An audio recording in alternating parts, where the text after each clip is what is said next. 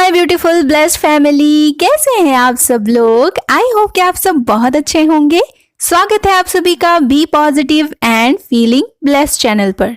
सबसे पहले तो हम आपको ये बताना चाहेंगे कि अगर आप किसी भी तरह की गाइडेंस, हेल्प या एडवाइस हमसे चाहते हैं तो इसके लिए पर्सनल बुकिंग जो है वो अवेलेबल है। यदि आप इंटरेस्टेड हैं तो स्क्रीन पर शो होने वाले नंबर के थ्रू आप हमसे कांटेक्ट कर सकते हैं। और एक ज़रूरी बात, विदाउट बुकिंग कॉल रिसीव नहीं की जाती है और बुकिंग सिर्फ और सिर्फ इसी नंबर पर होती है, इसलिए आपको स्कैमर से अलर्ट रहना है।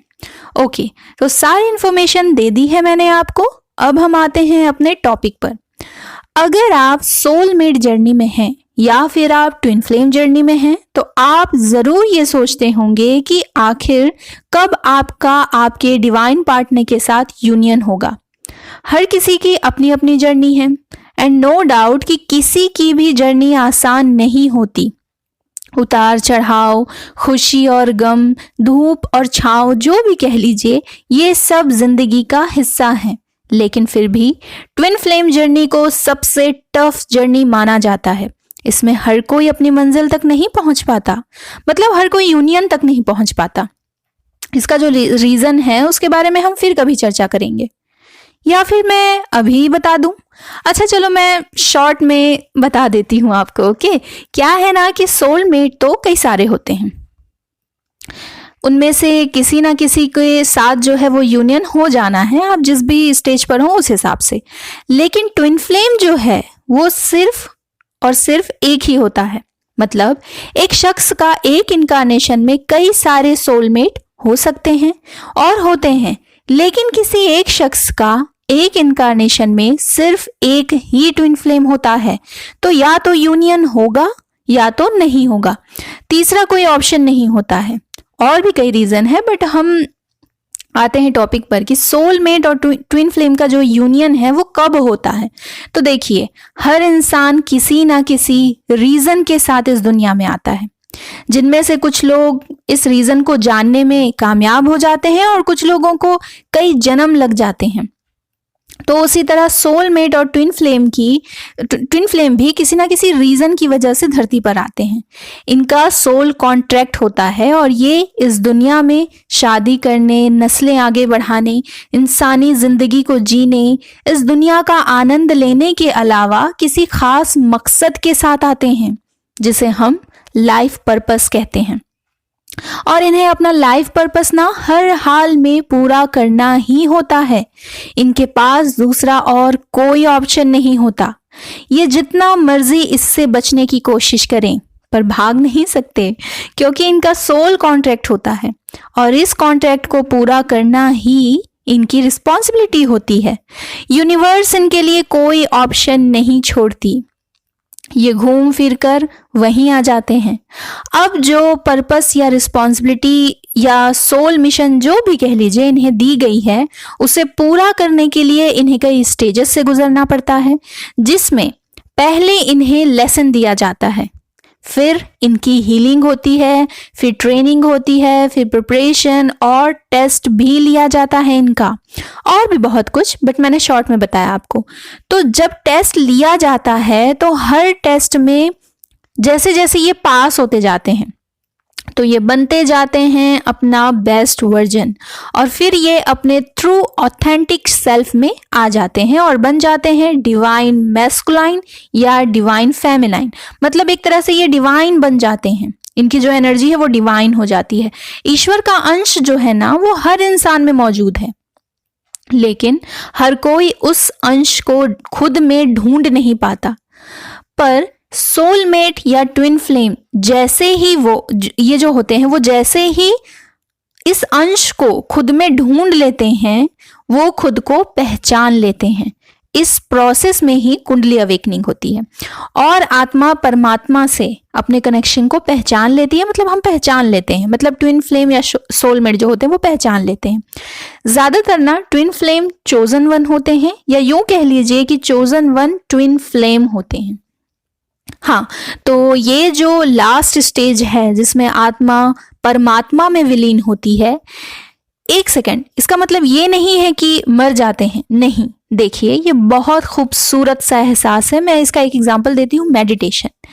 जब भी आप डीप मेडिटेशन करते हैं, डीप, बहुत डीप, जहां पर आपको एहसास ही नहीं रहता, मतलब शून्य, कि आप खड़े हैं, आप बैठे हैं, आसपास क्या हो रहा है, आपकी सांसें चल रही है या नहीं, हाथ पैर किधर जा रहे हैं, शून्य हो रहे हैं। कभी कभी होती है ना, ज्यादा देर तक हम बैठे या खड़े रहते हैं तो सेंसेशन होने लगता है, मतलब वो सारी चीजें जो है, आप जब इस स्टेज में पहुंच जाते हैं ना कि आज आसपास क्या हो रहा है कुछ खबर ही नहीं है आपको, तो ये जो स्टेज होता है, वहीं पर जो है वो आत्मा परमात्मा में विलीन होती है। ये मेडिटेशन में होता है, ठीक है। तो जब ऐसा होता है ना, तो मैं कैसे इसे एक्सप्लेन करूं मेरे पास शब्द नहीं है। आप ना खुद में ईश्वर को महसूस कर पाओगे, खुद में। ईश्वर हमारे भीतर हैं, वो हमारे दिल में बसते हैं, इसे आप महसूस कर पाओगे, क्योंकि ये सच है। फिर आप अपने रोम रोम में ईश्वर को महसूस कर पाओगे, और ये इतना अद्भुत है कि इस एहसान को शब्दों में ढाल पाना मुश्किल है मेरे लिए तो आप ना हर क्षण ईश्वर को अपने साथ, अपने पास महसूस करोगे। इस तरह से आप ही पूरे डिवाइन बन जाओगे। फिर ऐसे लोग जो होते हैं ना, वो जो बोलते हैं, जो महसूस करते हैं, जो देखते हैं, वो सब सच होता है, क्योंकि फिर वो नहीं रहते ना, वो डिवाइन बन जाते हैं। फिर इन लोगों का चेहरा जो होता है वो बहुत नूरानी हो जाता है, इनकी एनर्जी, उफ इनका अंदाज, इनकी बातें, कोई जवाब ही नहीं है इसका तो और सबसे बड़ी बात ना, कि इतने पावरफुल और ब्लेस्ड होने के बावजूद ये बहुत ग्राउंडेड, बहुत हम्बल और लविंग होते हैं।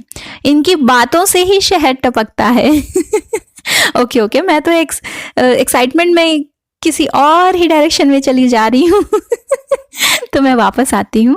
हाँ, तो ये जो डिवाइन पार्टनर होते हैं, उन्हें अपना बेस्ट वर्जन बनना होता है, अपने ट्रू ऑथेंटिक सेल्फ को पहचानना होता है, और अपने ट्रू ऑथेंटिक सेल्फ में आना होता है।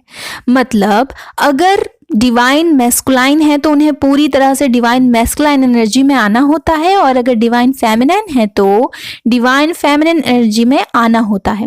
और इतना ही नहीं, अभी सबसे टफ टास्क बाकी है, और वो ये है कि डिवाइन मैस्कुलाइन होते हुए भी इन्हें डिवाइन फेमिनिन एनर्जी को, और डिवाइन फेमिनिन होते हुए भी डिवाइन मैस्कुलाइन एनर्जी को, इन्हें खुद में बैलेंस्ड करना होता है। और यही सबसे टफ टास्क है इस जर्नी का। और ऐसा करके खुद को बैलेंस करना होता है, खुद को बैलेंस करना है, जिसे हम यिन एंड यांग एनर्जी कहते हैं। यिन एंड यांग एनर्जी से भी रिलेटेड वीडियोस जो है वो हमारे चैनल पर अवेलेबल है, ठीक है। आपको इसके बारे में नहीं पता है तो आप वहां से देख सकते हैं और नॉलेज ले सकते हैं, ओके। तो यही वो पड़ाव होता है इस जर्नी का, जहां फिर किसी पार्टनर की जरूरत रही नहीं जाती, क्योंकि अब किसकी जरूरत रहेगी, क्योंकि हम खुद में ही डिवाइन मैस्कुलिन फेमिनिन दोनों हो चुके हैं, बैलेंस कर चुके हैं, है ना। तो यही वो स्टेज होता है, और पूरी तरह से जो है अब हम डिवाइन को सरेंडर कर देते हैं। डिवाइन को सरेंडर करना ही होता है इसमें। तब डिवाइन जो है इस कठोर तपस्या का फल इस तरह देती है कि फिर दोनों डिवाइन मैस्कुलाइन और डिवाइन फेमिनिन, मतलब जो डिवाइन पार्टनर है, वो एक हो जाते हैं। बट प्रॉब्लम पता है क्या है, कि जरूरी नहीं है कि आप अपने बेस्ट वर्जन में आ गए हैं और यूनियन के लिए रेडी हैं तो आपका पार्टनर भी उसी टाइम रेडी होगा। नहीं, ये जरूरी नहीं है। इनमें से एक को इंतजार करना ही पड़ता है दूसरे का, और आप सभी तो जानते हैं कि इंतजार कितना मुश्किल होता है। इसलिए तो एट द एंड सरेंडर करना होता है, क्योंकि आपको तो नहीं पता ना कि आपका पार्टनर भी यूनियन के लिए रेडी है या नहीं। आप रेडी हुए हो, बट आपके पार्टनर के बारे में तो डिवाइन को, यूनिवर्स को ही पता है कि वो अभी किस स्टेज में है। इसलिए इस जर्नी के शुरुआत से लेकर अंत तक बहुत पेशेंस, बहुत ट्रस्ट और बहुत फेथ लगता है। तो जिसने पहले सारा टास्क कंप्लीट कर लिया, मतलब जो पहले रेडी हो गया है यूनियन के लिए, उसे हाथ पर हाथ रखकर बैठना नहीं होता है, बल्कि उसे अपनी रिस्पॉन्सिबिलिटी, जो लाइफ पर्पस है उसका, उसे पूरा करते रहना होता है। फिर जैसे ही डिवाइन टाइमिंग आता है, डिवाइन पार्टनर का यूनियन हो जाता है। तो अगर आप यूनियन के लिए रेडी हैं माय डियर, और परेशान हैं कि यूनियन क्यों नहीं हो रहा है आपका आपके पार्टनर से, तो सिंपल सरेंडर कीजिए और अपने पार्टनर को रेडी होने का टाइम दीजिए। ओके, मेरी रही है ट्विन फ्लेम जर्नी। मैं सोलमेट जर्नी से होते हुए ट्विन फ्लेम जर्नी में आई, इसलिए मुझे दोनों जर्नी का पता है। कमेंट करके आप मुझे ज़रूर बताना कि आप में से कौन कौन जो है वो सोलमेट जर्नी में है और कौन कौन ट्विन फ्लेम जर्नी में है। तो माय डियर, आपको इससे इतना तो समझ आ गया होगा ना कि अपने पार्टनर को चेस करने से कुछ नहीं होगा, और चाहे जितनी भी मन्नत मुरादें मांग लीजिए, आपको अपना राइट पार्टनर नहीं मिलेगा अगर आपने इनर वर्क नहीं किया, खुद के ऑथेंटिक सेल्फ में अगर आप नहीं हैं, है ना।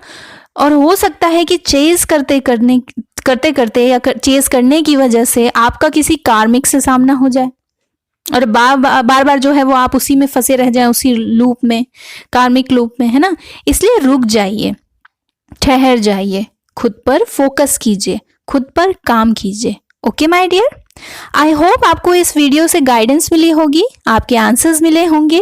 वीडियोस पसंद आई हो तो प्लीज़ इसे लाइक करना और ज़्यादा से ज़्यादा लोगों में इसे शेयर करना, और चैनल पर नए हैं तो चैनल को सब्सक्राइब करना बिल्कुल मत भूलना। और जिन भी लोगों ने ऑलरेडी सब्सक्राइब किया हुआ है उन लोगों का दिल से शुक्रिया। और right guys, be positive and feeling blessed always. हाँ, टेक केयर, बाय बाय।